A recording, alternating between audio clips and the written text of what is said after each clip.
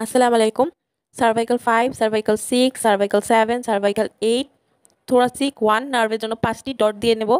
তারপর প্রথম এবং দ্বিতীয় এবং শেষের দুটি ডটকে আমরা পরস্পর যুক্ত করে দিব। তারপর এগুলো গেল রুটস। তারপরে আমরা যে 3টি লাইন পাবো সেগুলো হলো ট্রাঙ্ক। প্রত্যেকটি ট্রাঙ্ক আবার সামনে গিয়ে 2 ভাগে বিভক্ত হয়ে যাবে। তখন আমরা এগুলোকে বলবো ডিভিশন। আপার যে ট্রাঙ্কটা আছে তার ডিভিশনগুলো হলো অ্যান্টেরিয়র, দেন পোস্টেরিয়র, আর মিডিল ট্রাঙ্কটার অ্যান্টেরিয়র পোস্টেরিয়র, বাট নিচেরটার পোস্টেরিয়র অ্যান্ড অ্যান্টেরিয়র। এবার আমরা আপার ট্রাঙ্কের অ্যান্টেরিয়র অ্যান্ড মিডিল ট্রাঙ্কের অ্যান্টেরিয়র পরস্পর যুক্ত করে দিব। তারপর আমরা 3টি পোস্টেরিয়রই একসাথে যুক্ত করে দেব। বাকি থাকে শুধু লোয়ার ট্রাঙ্কের অ্যান্টেরিয়রটা। এরপর আমরা যে 3টি লাইন আবার পেয়ে যাচ্ছি তাদেরকে আমরা বলবো কর্ড। এই কর্ডগুলোর মধ্যে মাঝখানে একটা লেন্থে একটু ছোটো রাখতে হবে।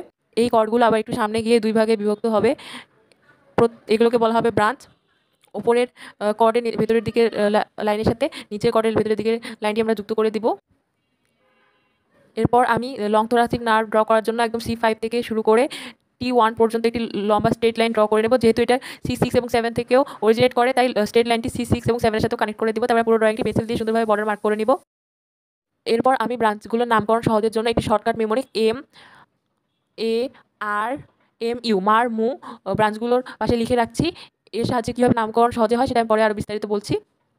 এরপর আমি পেন্সিলের সাহায্যে রুট, ট্রাঙ্ক, ডিভিশন, কর্ড এবং ব্রাঞ্চগুলো আলাদা করে নিচ্ছি।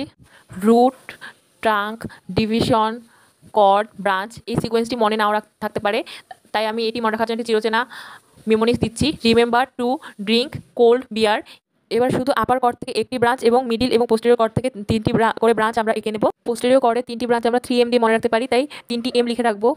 এবার মারমু শর্টকাট দিয়ে লিখে রাখা ব্রাঞ্চের নামগুলো আমরা জেনে নেব। প্রথমে মাসগুলো কিউটেনিয়াস নার্ভ, তারপরে এতে অ্যাক্সিলারি নার্ভ, তারপরে আরতে রেডিয়াল নার্ভ, এমতে মিডিয়ান নার্ভ, আর ইউতে আলনার নার্ভ। এবার আমরা পোস্টেরিয়র কর্ডের 3M এর পূর্ণরূপ জানবো। প্রথম M এ হচ্ছে মিডিয়ান পেক্টোরাল, পরবর্তী M এ হচ্ছে medial cutaneous nerve of arm, আর তারপরে একদম প্রায় সেম, জাস্ট আর্মের জায়গায় forearm, medial cutaneous nerve of four arm.